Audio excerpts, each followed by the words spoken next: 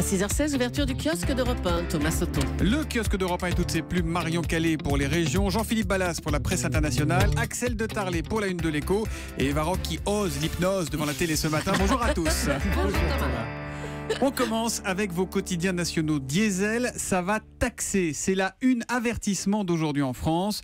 Le gouvernement souhaite effacer l'avantage fiscal dont bénéficie le gazole. Mesure attendue par les défenseurs de l'environnement, mais qui inquiète les constructeurs, dont on peut parier qu'ils vont faire pression. Comme ces lobbies d'ailleurs, ces lobbies qui paralysent la loi Macron. Ça fait la une du Monde. La loi Macron a été promulguée le 6 août, mais seuls 4 décrets ont été publiés. 4 sur les 95 nécessaires. Après le drame de Saint-Ouen lundi, un policier grièvement blessé par un braqueur en permission. Direct Matin nous parle des sorties temporaires de prison pointées du doigt et titre les permissions en question. Les Français se disent prêts à un virage libéral, nous apprend Les Échos ce matin. Sondage TNS Sofres à l'appui. 77% des personnes interrogées se déclarent donc favorables à une déréglementation de l'économie. Il est aussi beaucoup question de Nadine Morano dans vos journaux. Son éviction de la tête de liste en Meurthe-et-Moselle exaspère la base, écrit le Figaro.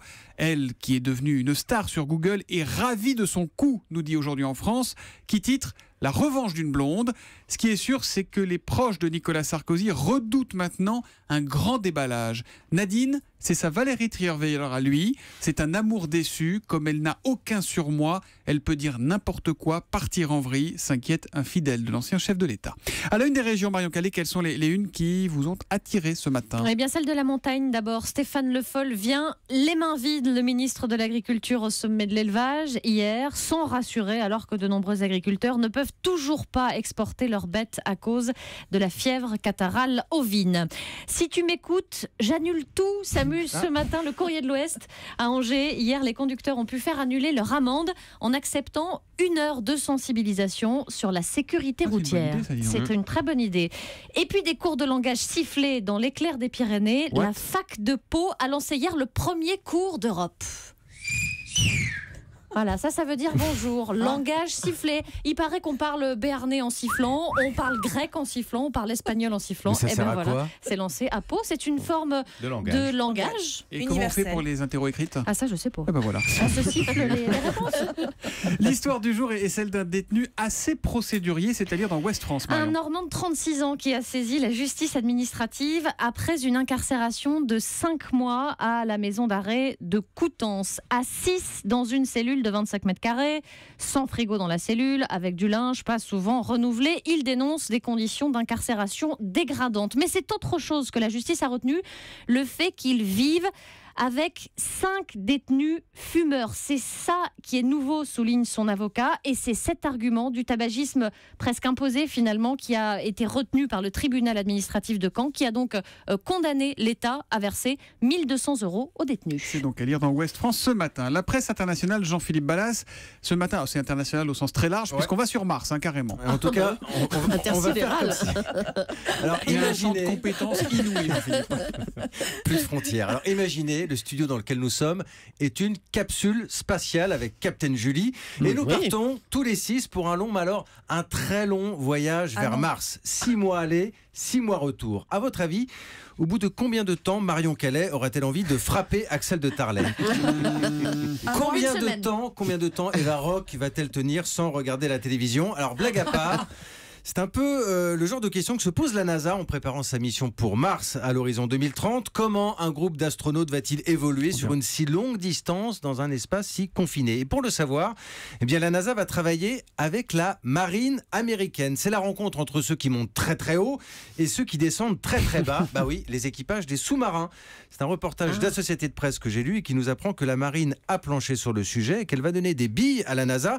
L'objectif, bien sûr, c'est d'anticiper un changement de comportement, de trouver les bons outils. Il y aura même des travaux pratiques. On va enfermer des astronautes dans des capsules à Houston pendant 1 mois. On va filmer, on va enregistrer toutes leurs conversations. Et puis, il y aura de longs silences, aussi plus de contact avec la Terre, comme dans un sous-marin. Des périodes où l'équipage sera livré à lui-même. Rien que de le dire, moi, ça m'inquiète Ouais, un peu. on est mieux ici, hein, franchement, Ouais. dans le studio d'Europe 1. Axel de Tarlet, la une de l'Écho, c'est tweets qui valent de l'or à lire dans les Échos. C'est un rôle de composition pour vous qui n'êtes pas sur Twitter. Voilà, mais tout le monde est sur Twitter. Je ne sais pas combien ici vous revendiquez de followers, donc C'est des gens qui Thomas vous qui en a suivent plein. sur Twitter. Mais sachez que si vous pouvez justifier de millions de gens qui vous suivent sur Twitter, vous allez intéresser évidemment les annonceurs, les grandes marques. Donc par exemple, Cristiano Ronaldo, il a 38 millions de personnes qui le Oula. suivent sur Twitter. Et puis si vous Malade. ajoutez Facebook, Instagram, Google, YouTube, il a 167 millions de gens jeunes qui aiment le sport, qui le suivent. Et donc évidemment, quand vous pouvez dire, moi j'ai 167 millions de gens qui me suivent, eh bien vous intéressez les grandes marques, notamment Nike, qui a passé un contrat de 9 millions. En tout, avec tous les sponsors, Ronaldo, il touche 24 millions par an de revenus de sponsoring. Qu'est-ce qu'il doit faire en échange, Cristiano Alors, Ronaldo? là, c'est écrit noir sur blanc. L'athlète s'engage à poster un nombre précis de messages sur la marque ou à relayer son discours. Donc, les Échos ont calculé que pour chaque tweet sous influence publicitaire, parce qu'évidemment, ce qui est intéressant sur Twitter, c'est qu'il y a des vrais tweets mélangés à des tweets publicitaires. La frontière Et est donc, ténue. et voilà, la frontière est ténue, donc il touche 230 000 euros par tweet.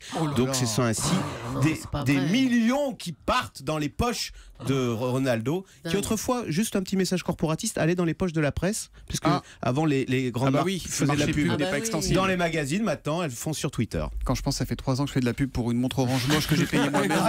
C'est affreux, c'est affreux, c'est affreux.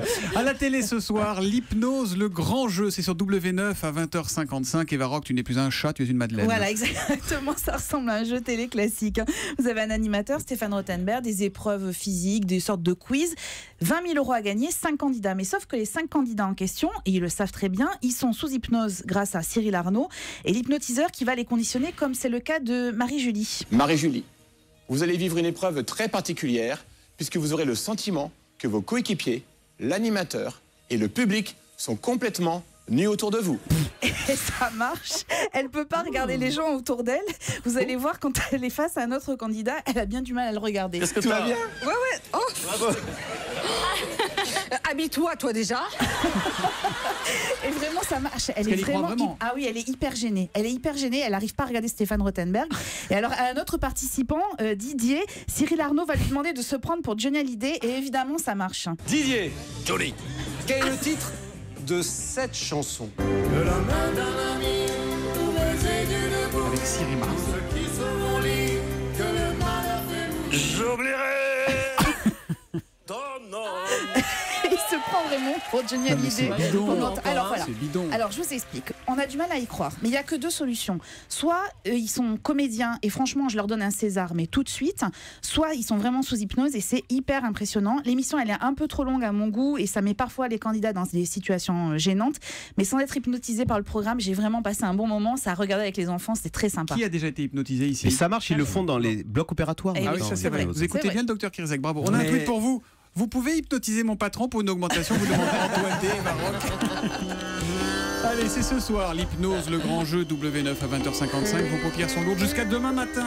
Retour du kiosque, à demain. À demain. Europe